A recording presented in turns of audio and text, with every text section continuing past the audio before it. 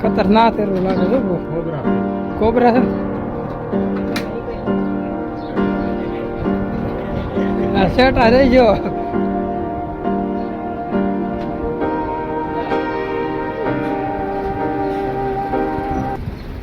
માતાજી જે લેરાના દાહુનું સારું કરે ને બધાને હાજર નરવા રાખે એ શુભેચ્છા આપું છું. આપણે જો નાયજન મસ્ત અત્યારમાં તૈયાર થઈ ગયા છે ઢોર ને નીણે તે નાખી દીધી છે અત્યારમાં. ને વાતાવરણ જો વરસાદ આવે એવું થઈ ગયું છે અત્યારમાં, કેમ કે આજ વાદળા અત્યારમાં જ આમ વરસાદ આવે એવું લાગે છે. આજની આગાહી બતાવે છે એટલે વરસાદ આવે તો અત્યારમાં આપણે ઢોર ને નીણે નાખી દીધી છે અને બધું ઘરનું કામ કરીને નવરા થઈ ગયા છે. કૃષ્ણની ગેસ પગે લાગવા બસ ઢોર નીણે ખાવા માંડ્યા છે.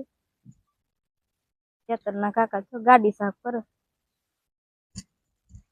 અત્યારમાં એને ઈ કામ થાય. બીજું જય માતાજી, જય લારા. કેમ છો બધા? મજામાં?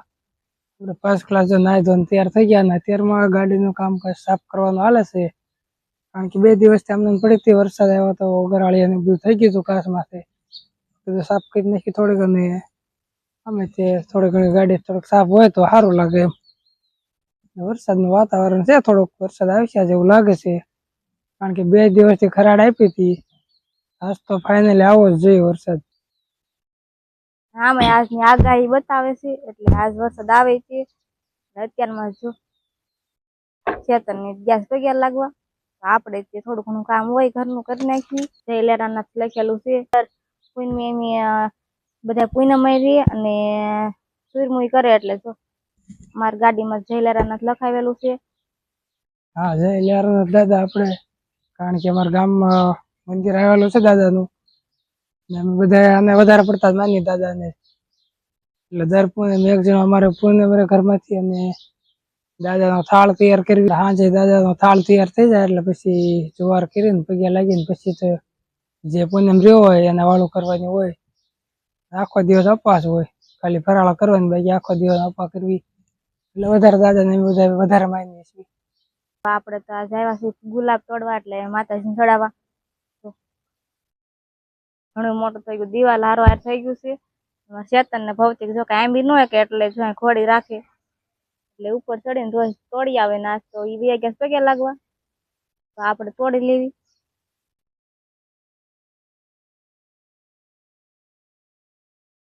તો અત્યારમાં ઉપર ગુલાબ મસ્ત ખીલી ગયા છે. અત્યારમાં વરસાદ ચાલુ થઈ ગયો એટલે આપણે ઢોરે થોડા ઘણા ફેરવી લીધા અંદર, કેમ કે આજની આગાહી છે એટલે વરસાદ આવશે વધારે. તો આપણે ઢોરે તે આ બાજુ ફેરવી લીધા છે.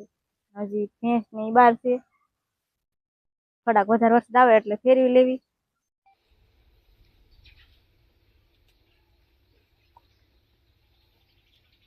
ચાલો, મસ્ત ખેતરમાં આટો મારો આવી ગયા છે વાડીમાં. આપણી માંડવી ફર્સ્ટ ક્લાસ થઈ ગઈ છે, મોટી થઈ ગઈ છે. જો આ છે આપણી માંડવી. અને થોડુંક વાતાવરણ વધારે ઓલું દેખાય છે. અમે પવન શકીએ છીએ, એના પાકડા નથી દેખાતા, એટલા તો વાદળા નીચે આવી ગયા.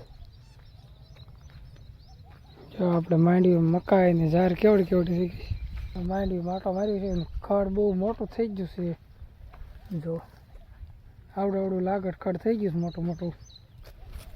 હવે કેવું પડશે કે માંડવી નીંદવી પડશે. લાગડ તો કેટલું ખડ દેખાય છે, કારણ કે હમણાંથી રીંગણીમાં પડ્યા હતા એટલે માંડવીમાં આવવાનો ટાઈમ જ નથી રહ્યો. 2 hours later.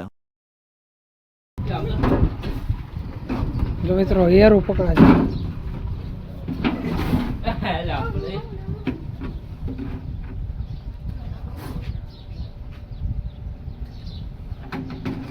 ખતરનાક એવું લાગે છે બહુ. કોબરા છે ને આ શેટા રહી ગયો.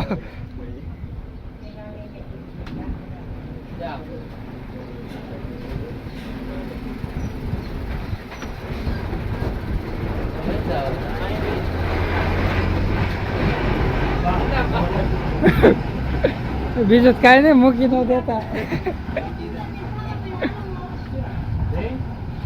જો કેમ પકડી દીધો હેરો. કોબરા છે ને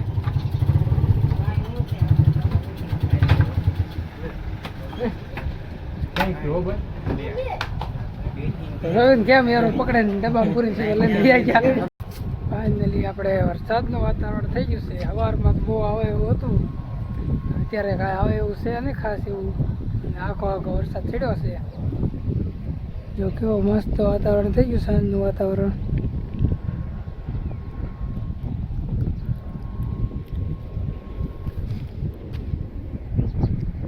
આમ એટલે ખોપું નીકળે છે, ખોપું આમ કે ને ખોપ ચડી વરસાદ જેવી ખોપું ચડી છે. ક્યારે આવે એનું નક્કી છે નહીં જે કાંઈક. મસ્ત લીલાછમ ખેતર થઈ ગયા બધા અત્યારે તો.